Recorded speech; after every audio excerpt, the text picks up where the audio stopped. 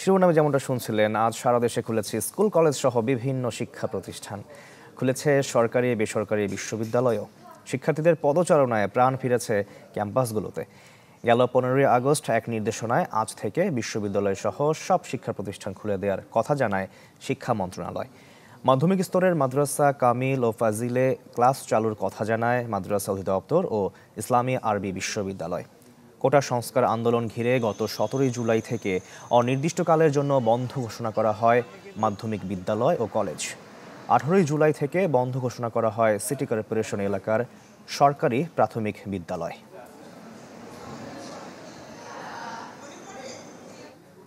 দর্শক, এই বিষয়ের খবর জানাতে রাজধানী থেকে সরাসরি যুক্ত হচ্ছেন আমাদের সহকর্মী শামীমা সুলতান এবং একই সঙ্গে বরিশাল থেকে যোগ দিচ্ছেন আমাদের আরেক সহকর্মী কাউসার হোসেন রানা। শুরুতে চলে যাবো শামীমার কাছে। শামীমা, আপনি আগের খবরে বলছিলেন শিক্ষার্থীদের পদচারণায় উৎসবমুখী একটা পরিবেশ বিরাজ করছে, ক্লাসগুলো ঠিকমতো হচ্ছে কিনা?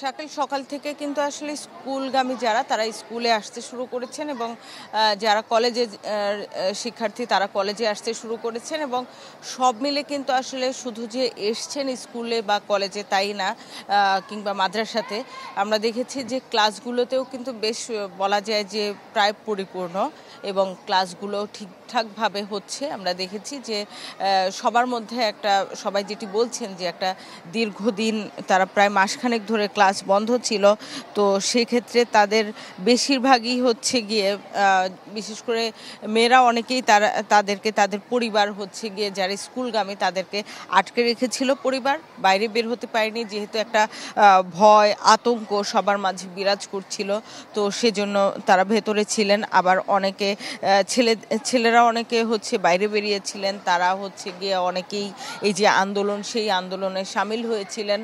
এবং পরে যেটি বলেছেন যে এই 5 তারিখের পরে আবার ছেলে মেয়ে সবাই অনেকেই বাইরে বের হয়েছেন, তারা এই যে ট্রাফিক নিয়ন্ত্রণ করেছেন কিংবা দেয়ালে গ্রাফিতি এঁকেছেন, সব কিছু মিলে কিন্তু তারা বাইরে ছিলেন।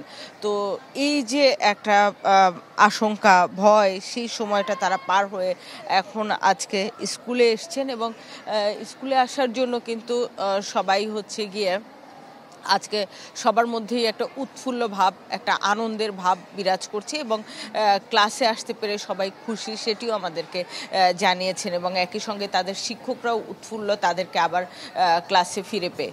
শাকিল, শামীমা, আপনাকে ধন্যবাদ আমাদের সঙ্গে যুক্ত হওয়ার জন্য। এবার চলে যাব রানার কাছে। রানা, বরিশালে কি অবস্থা?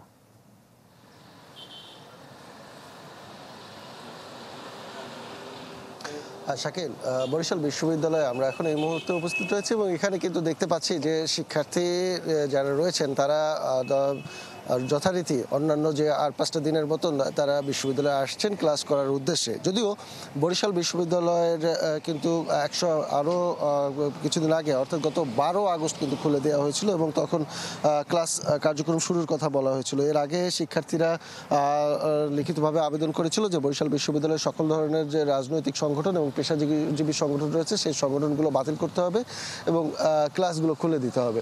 তো সেই মোতাবেক গত 12 আগস্ট থেকে বরিশাল বিশ্ববিদ্যালয়ের সকল ধরনের রাজনৈতিক সংগঠন এবং পেশাজীবী সংগঠন কিন্তু বাতিল করা হয় এবং তারপরে এই ক্লাসগুলো খুলে দেওয়া হয়। যদিও ওই দিন কিন্তু ক্লাস আসলে 12 তারিখ থেকে হতে পারেনি, কারণ তখন পর্যন্ত শিক্ষার্থীরা রাস্তায় যে ট্রাফিক নিয়ন্ত্রণ সহ অন্যান্য সচেতনতামূলক যে কাজগুলো ছিল সেই কাজগুলো তারা করছিল, যার ফলে তাদের ক্লাসে ফিরতে হয়তো কিছুটা সময় লেগেছে, কিন্তু তারপর কিন্তু আস্তে আস্তে ক্লাস শুরু হতে থাকে এবং আমরা দেখেছি যে এরপরে দুটো একটি করে ক্লাস হতে হতে কিন্তু তারপরে ক্লাস কার্যক্রম শুরু হয়ে যায়।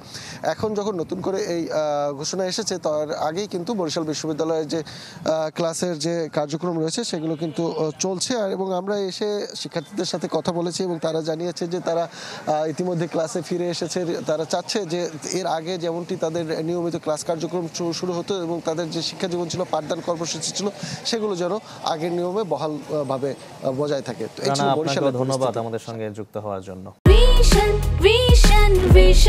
100% কপার কন্ডেন্সারে তৈরি ভিশন ফ্রিজ, তাই গুণে মানে অটুট থাকে বছরের পর বছর।